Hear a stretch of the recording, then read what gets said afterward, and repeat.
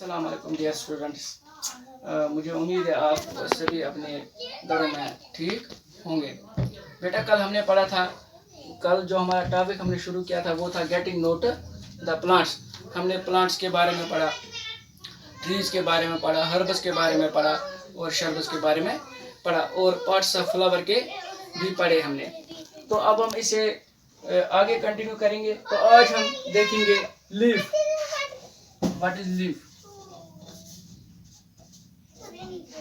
Leaf हो गया जिसको हम पत्तियां कहते हैं, पत्तियां, लीफ।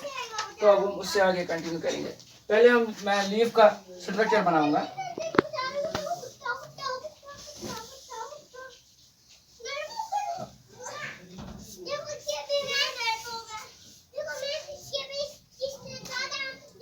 ये मिडरिब होता है लीफ का, midrib.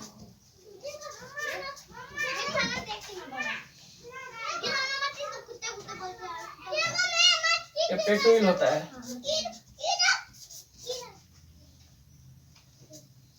Lamina.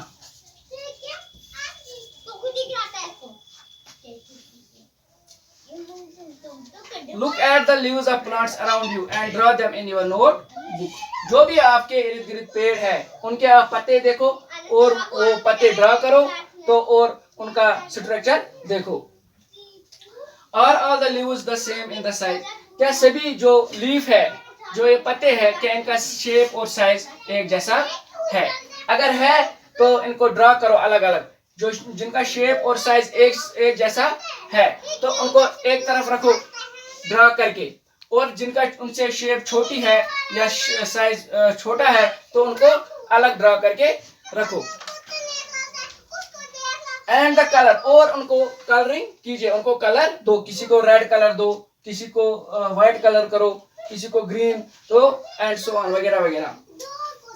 How are they attached to the stem? ये अटैच कैसे होते हैं स्टेम से? ये जो लीफ होता है ये स्टेम के साथ कैसे अटैच होता है?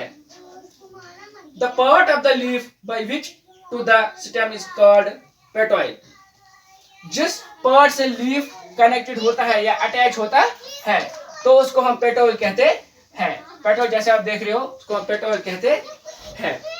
The broad green part of the leaf is called lamina. जो इसका ब्रॉड पार्ट होता है लीफ का उसको कहते हैं लैमिना। ये पूरा पोर्शन इसको कहते हैं लैमिना।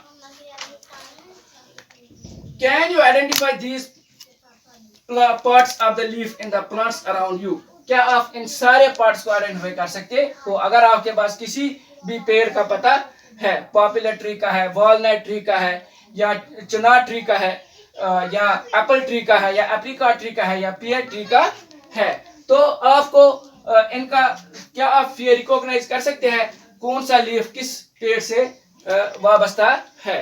तो आपको सबसे पहले स्ट्रक्चर ऑफ लीफ बनाना है, तो उससे आपको आइडेंटिफिकेशन मिल जाएगी ये किस पेड़ का पता होगा। मगर उस पेड़ के बारे में आपको पता होना चाहिए ये किस चीज का पेड़ है या इससे कौन सा फल निकलता है। तो उसके बाद आप क्या करोगे, सारे जो ये लीफ है इनका स्ट्रक्चर ड्रा करोगे और एक एक करके, इससे आपको बहुत ज्यादा इंफॉर्मेशन मिलेगी study of leaf. Do all the plants have petioles? क्या सारे प्लांट्स में पेटोइल्स होते हैं कि नहीं? तो हमारे पास इससे सबसे पहले ये बात है, मैंने जैसे आपको कहा कि जब हम लीफ का स्ट्रक्चर बनाएंगे तो इससे हमें पता लगेगा किस पेड़, सबसे पहले बड़ी बात जो ये है कि हमें इससे सबसे पहले ये पता लगेगा किस पेड़ का कितना बड़ा पत्ता होता है, या किस पेड़ का छोटा पत्ता होता है, या किस पेड़ का मीडियम साइज पत्ता होता है, लीफ होता है। तो जब हम सारे medium size leaf, large size leaf या स्मॉल साइज लीफ गैदर करेंगे तो हम देखेंगे लार्ज साइज लीफ का भी हम स्ट्रक्चर बनाएंगे, स्मॉल साइज लीफ का भी स्ट्रक्चर बनाएंगे, तो मीडियम साइज लीफ का भी स्ट्रक्चर बनाएंगे। तो इससे हमें पता लगेगा। मीन्स अगर हम ये पता लेंगे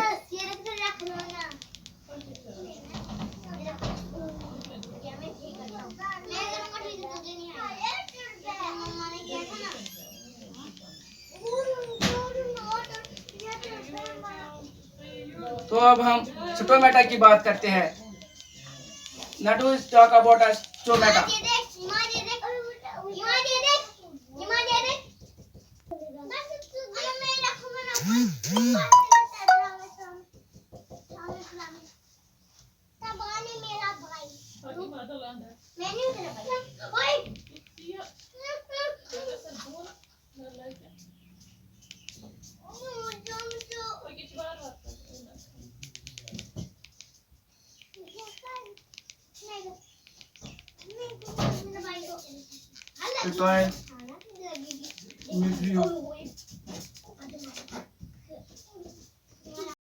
तो बेटा आज हमने पार्ट्स ऑफ लीफ पढ़ा और इनमें ये मिडरिब, पेटोइल और Lemna.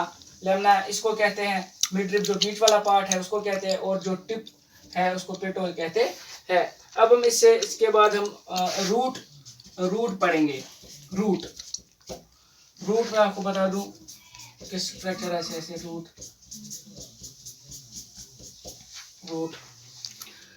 Who do you think is watering their plant? आप क्या सोच रहे हैं, कौन सही ढंग से आप प्लांट को पानी दे रहा है? क्या ये पहेली है या बुझू है? तो पानी, जब पानी हम ऊपर से देंगे, हम स्प्रिंग, इसको कहते हैं स्प्रिंकलिंग, पानी छिड़कना, sprinkling. When we sprinkling water to the plants, इसको कहते हैं स्प्रिंकलिंग, पानी छिड़कना। जब हम ऊपर से पानी छिड़कते हैं तो ये इनकरेक्ट वे है। जब हम रूट्स को पानी देते हैं तो ये करेक्ट वे है। तो रूट्स को पानी देना चाहिए, ना कि पत्तियों को। ऊपर से पानी नहीं, नीचे से रूट्स को पानी देना चाहिए, ये करेक्ट वे है। जब हम रूट्स को पानी देते हैं तो it is the correct way. We would require seeds of the gram and the maize. हमारे पास कौन से सीड्स होने चाहिए? ग्राम के और मेज के सीड्स होने चाहिए। मेज होती है मक्की, ग्राम होते हैं मटर। कॉटन, वूल या कॉटन के सीड्स या वूल के, या हमारे पास कॉटन भी होना चाहिए अवेलेबल, वूल भी अवेलेबल होना चाहिए। कटोरी एंड सम वाटर, हमारे पास कटोरी होनी चाहिए और कुछ पानी, और हमें कटोरी में पानी भर के लाना है। टेक 2 कटोरीज, 2 कटोरीज ले लो। Place some wet cotton wool in them, in 2 जो हमने कटोरी ली है इनमें वेट कॉटन, दोनों में वेट कॉटन डाल दो। Put 3 or 4 seeds of gram in one and maize in other. 3 से 4 दाने ग्राम के एक कटोरी में डालो और मेज के 3-4 दाने दूसरी कटोरी में डालो। Keep the cotton weight by sprinkling water every day. जो कॉटन वेट है इसको हमेशा पानी, दिन ब दिन पानी डालते रहो। Until the sprouts have grown into the young plants, जब तक इन यंग प्लांट से अंकुर नहीं फूटेगा। तो इस प्रोसेस को कंटिन्यू करते रहो। तो जब ये प्रोसेस कंटिन्यू करोगे, एक दिन आप देखोगे इसमें से स्प्रूट्स मींस अंकुर फूट जाएंगे। तो बेटा, तो मैं आपको आज इसके जो इम्पोर्टेंट टर्म्स होती है वो मैं आपको बताता हूँ। सबसे पहले जो इनका इस गेटिंग नो टू प्लांट जो कीवर्ड्स है, इसके कीवर्ड्स, उसके बारे में बता दूं। सबसे पहले हमने इसमें क्लाइंबर पढ़ा, क्लाइंबर। फिर पढ़ा हमने क्रीपर्स। फिर उसके बाद हमने पढ़ा फिब्रिशियस रूट्स, फिब्रिशियस रूट। तो उसके बाद हमने पढ़ा हर्बस, शर्बस, और हमने इसके बाद पढ़ा इसके लेटरल रूट्स, और रेटिकुलेट वेनेशन भी इसकी हमने पढ़ी। और इसमें हमने फोटोसिंथेसिस के बारे में भी पढ़ा। फोटोसिंथेसिस मैंने आपको पहले भी बताया, फोटोसिंथेसिस कैसे होती है। जब प्लांट्स सनलाइट ट्रैप करते हैं तो ये फोटोसिंथेसिस करते हैं, जिससे जब फोटोसिंथेसिस होता है तो इसका मतलब है इन्होंने अपना, इस तरीके से इन्होंने अपना गुज़ा बनाया, यानी इन्होंने अपना न्यूट्रिशन तैयार किया।